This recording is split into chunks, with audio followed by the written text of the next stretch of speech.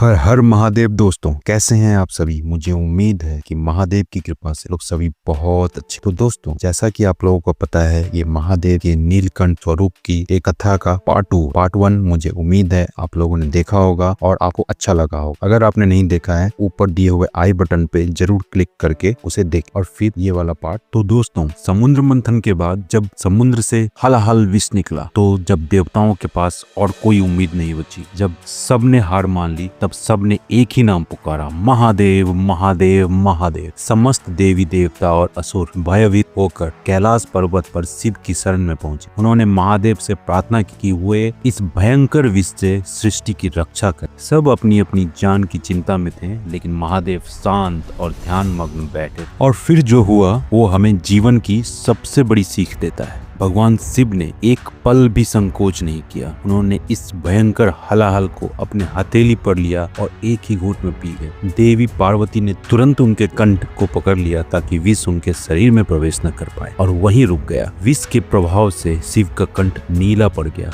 तभी से वे नीलकंठ कहलाए, नीलकंठ महादेव। उन्होंने अकेले ही पूरी सृष्टि का विष पी। दोस्तों, इस कथा में हमारे लिए बहुत गहरा और शक्तिशाली संदेश छुपा है। पहला संदेश, समस्याओं से भागो मत, उनका सामना करो। जैसे महादेव ने विष का सामना किया, वैसे ही अपनी चिंताओं और मुश्किलों से भागो मत। उन्हें पहचानो, स्वीकारो कि वे हैं और उनका सामना करने की हिम्मत जुटाओ। दूसरा, शांत रहो, घबराओ मत। महादेव ने विष पीते समय भी अपनी शांति नहीं खोई। जब आप चिंतित होते हैं तो समस्या और बड़ी लगने लगती। शांत मन से सोचो, समाधान जरूर मिलेगा। घबराहट से स्थिति और बिगड़ जाती। तीसरा, दूसरों के लिए सोचो तो अपनी समस्या छोटी लगी। महादेव ने यह विष अपने लिए नहीं बल्कि दूसरों के कल्याण के लिए पिया था, संसार के कल्याण के लिए पिया, क्योंकि इस विष का एक बूंद भी अगर गिर जाता तो संसार तबाह हो जाता, संसार खत्म हो जाता। जब आप अपनी चिंताओं से ऊपर उठकर दूसरों की मदद करते हैं, आपकी अपनी समस्याएं छोटी लगती और आपको एक नई शक्ति मिलती। विष को कंठ में रोका,